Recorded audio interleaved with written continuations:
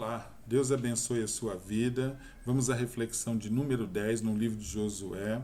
Hoje a leitura será feita no capítulo 2, do versículo 17 ao versículo 24. O último versículo deste capítulo. A leitura será feita na Bíblia NVI. Diz assim a palavra do Senhor: Os homens lhe disseram: estaremos livres do juramento que você nos levou a fazer. Se, quando entrarmos na terra, você não tiver amarrado esse cordão vermelho na janela, pela qual nos ajudou a descer. E se não tiver trazido para a sua casa o seu pai, a sua mãe, os seus irmãos e toda a sua família. Qualquer pessoa que sair da casa será responsável por sua própria morte. Nós seremos inocentes, mas seremos responsáveis pela morte de quem estiver na casa com você, caso alguém toque nessa pessoa. E se você contar o que estamos fazendo, estaremos livres do juramento que você nos levou a fazer. Seja como vocês disseram, respondeu Raabe. Assim ela os despediu e eles partiram. Depois ela amarrou o cordão vermelho na janela. Quando partiram, foram para a montanha e ali ficaram 3 dias, até que os seus perseguidores regressassem. Estes os procuraram ao longo de todo o caminho e não os acharam. Por fim, os 2 homens voltaram, desceram a montanha, atravessaram o rio e chegaram a Josué, filho de Nun, e lhes contaram tudo o que lhe havia acontecido. E disseram a Josué: sem dúvida, o Senhor entregou a terra toda em nossas mãos. Todos estão apavorados por nossa causa. Glória a Deus pela leitura da sua palavra. Que bênção, né? Que maravilha, né? Nesse momento, tentar imaginar a alegria de Josué, a alegria dos seus soldados ao receberem essa notícia. Que imagina que uma pessoa que está se preparando para a guerra vê que o inimigo está derretido, acovardado, que o inimigo está ali morrendo de medo. E isso é maravilhoso, né? Então, que notícia maravilhosa recebeu Josué. E isso é tremendo, né? Isso é tremendo porque diante de tudo que Josué vem fazendo, né?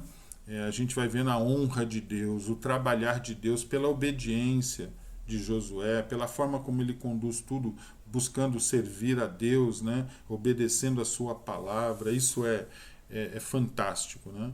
E essa parte do texto que nós lemos, ela trata exclusivamente do momento em que aqueles 2 espias fecham um acordo com Raabe, e eles deixam bem claro, né, que é o acordo que ela forçou eles a fazerem, né, e a Raabe coloca eles em xeque, mas eles fazem essa aliança ali com Raabe, e depois disso eles saem da casa de Raabe, seguindo as instruções que ela tinha passado, retornam, né, para Josué, para a sua terra, mas ali quando eles estão retornando, eles ficam ainda 3 dias ali nas montanhas, esperando os seus perseguidores, né, recuarem, voltarem, e depois eles continuam a jornada, chegam diante de Josué e entregam essa notícia maravilhosa. Essa é a parte que nós lemos, né?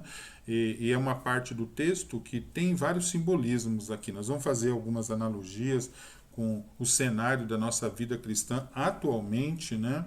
E pegando alguns pontos, né? Aqui que deixa claro algumas coisas que nós vivemos, que nós entendemos e enxergamos no mundo cristão, né? Eu quero começar com esse momento em que Raabe fecha aí um acordo, uma aliança com os espias, né? Então, quando você entra em aliança, quando você entra em acordo, quando você entra numa negociação com alguém, né? Você está aceitando uma proposta, um contrato, existe as bênçãos, né, os direitos, e existe ali também todas as obrigações, os deveres. E para que esse contrato seja válido, para que as bênçãos, né, os benefícios cheguem e alcancem as nossas vidas. E é isso que é firmado aqui, né, entre Raabe e os espias. Fazendo já uma analogia para os nossos dias hoje, nós vivemos isso com Deus também, né? Porque a partir do momento que nós aceitamos a Cristo, tomamos a decisão de convidar Cristo para ser Senhor das nossas vidas, para habitar em nós, ao aceitarmos Cristo, ao nos colocarmos nessa condição, nós estamos entregando nossa vida na mão de Deus. Amém? E a proposta é: as coisas velhas já passaram, a partir de agora tudo é novo, é um novo com Cristo. E a condição é: medita na minha palavra de dia e de noite, que é a questão de obedecer, ouvir a palavra e obedecer a palavra. E aí, com certeza, as bênçãos de Deus vêm e nos alcançam. Esse cenário, se estiver dessa forma, e se isso for real na sua vida, na minha vida, nós temos direito a todas as bênçãos. A Bíblia chama essa pessoa, né, que aceitou a Cristo, que colocou sua vida em Cristo, que vive em santidade, que vive buscando, né, uma vida de santidade todos os dias, que medita na palavra do Senhor diariamente, que obedece essa palavra, a Bíblia o chama de justo. E é para essa pessoa chamada de justo que as Escrituras dizem que as bênçãos chegam. Então a Bíblia diz assim: a casa do justo permanecerá para sempre. Nunca vi um justo mendigar o pão. Então veja bem, é o justo, é aquele que cumpre a sua parte, é aquele que vive uma relação com Deus genuína. Infelizmente, nós temos muitas pessoas hoje, e é um cenário natural do ser humano, de querer as bênçãos, os benefícios, mas não querem cumprir os deveres. E tem muito cristão vivendo com Deus dessa forma. E aí estão lá, atrás das bênçãos, correndo atrás das bênçãos, mas você olha para a vida da pessoa, está na mentira, no engano, na prostituição, vivendo uma vida dúbia, né? É uma pessoa que muitos, inclusive, nem meditam na palavra, nem buscam as coisas de Deus, não tem uma vida consagrada. E quando o mal os alcança, quando a casa cai, né, pensando naquele cenário dos dois fundamentos ali no Novo Testamento, esse cenário é o cenário da casa construída na areia. A pessoa até ouve a palavra, vai no culto, ouve mensagem, tudo, mas não pratica a palavra do Senhor. E aí quando vier os dias maus, a casa cai. E, infelizmente, muitos até culpam Deus, né? Apontam o dedo para Deus, dizendo: olha só, eu sou cristão, como isso pode acontecer? Não tem promessa para a vida de cristão, de crente que vai à igreja. A promessa não é essa. A promessa na Bíblia é para o justo. É aquele que ouve e obedece a palavra do Senhor. E você, quando a gente vê esse cenário dessa aliança que Raabe faz com esses dois homens, olha só, no versículo 20 fica muito claro: se for descumprido qualquer cláusula desse acordo, nós estamos livres do nosso juramento. E aí você você é responsável pelo mal que vai vir sobre a sua vida. Então tem muito cristão, sim, infelizmente, né? Muito crente, muita gente que frequenta a igreja, que infelizmente está sofrendo nessa vida, está mendigando o pão. A casa não permanece para sempre. Por quê? Porque vivem uma vida com Deus, né, que querem os benefícios, mas ainda não se entregou ao Senhor. Né?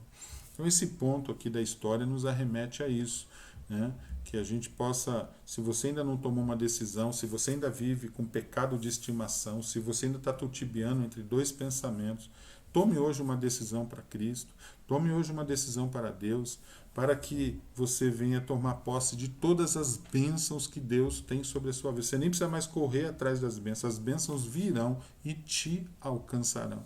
Amém?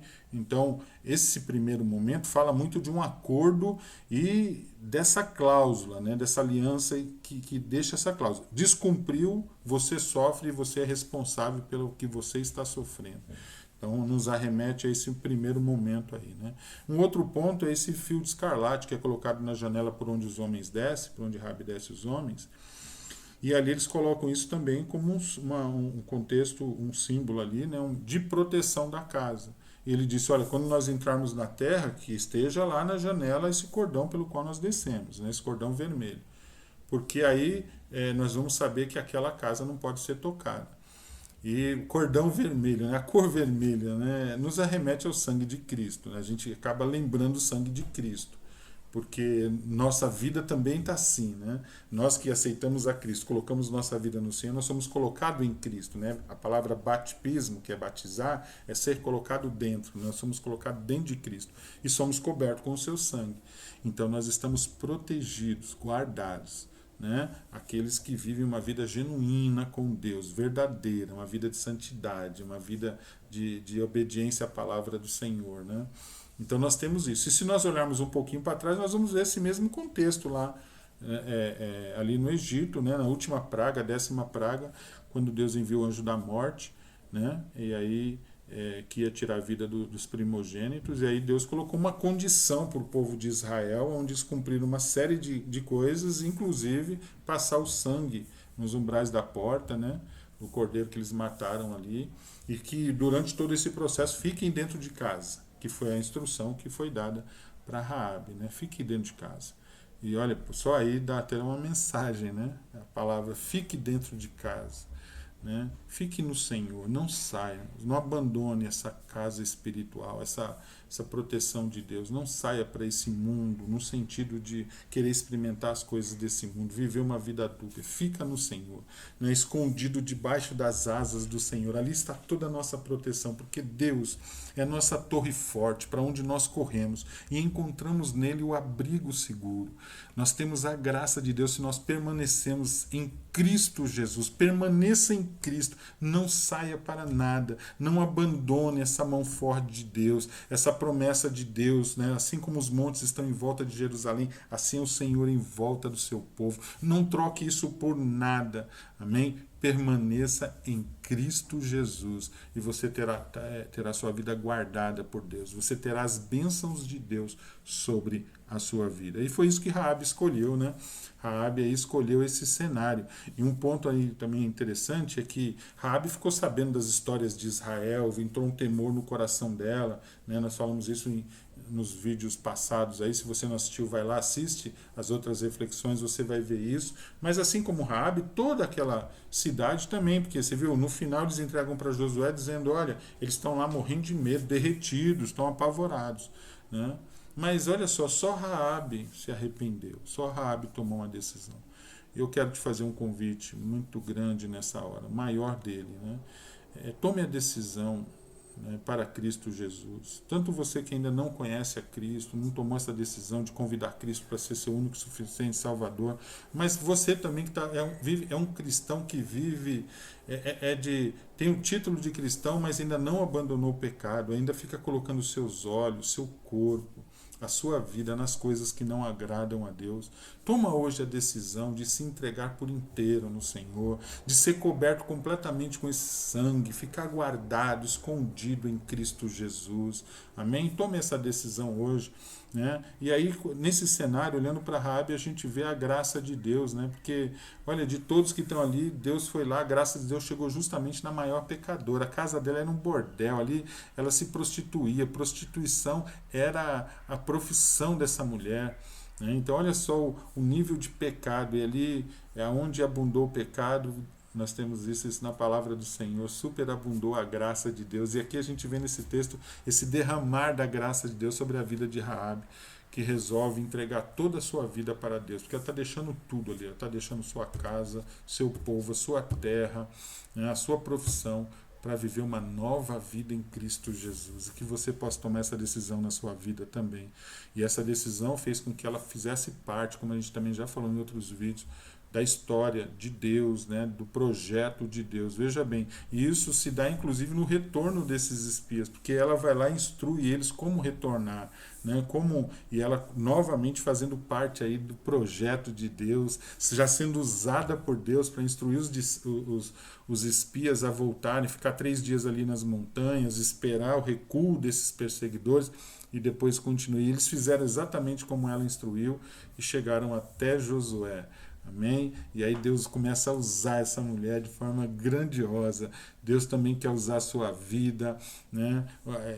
Tem talentos e dons em você que Deus quer, através dele, abençoar muitas outras pessoas. Deus quer manifestar a sua glória através de você.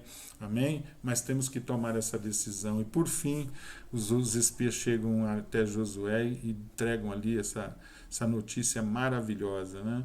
E Josué é agraciado com essa bênção também por ser um homem que decidiu entregar tudo, servir a Deus de uma forma abençoada. Amém? Que esta palavra possa encher o seu coração, que esta mensagem possa também trazer aí força para que você tome as decisões certas para Deus. Amém? Deus abençoe você e sua casa, em nome de Jesus.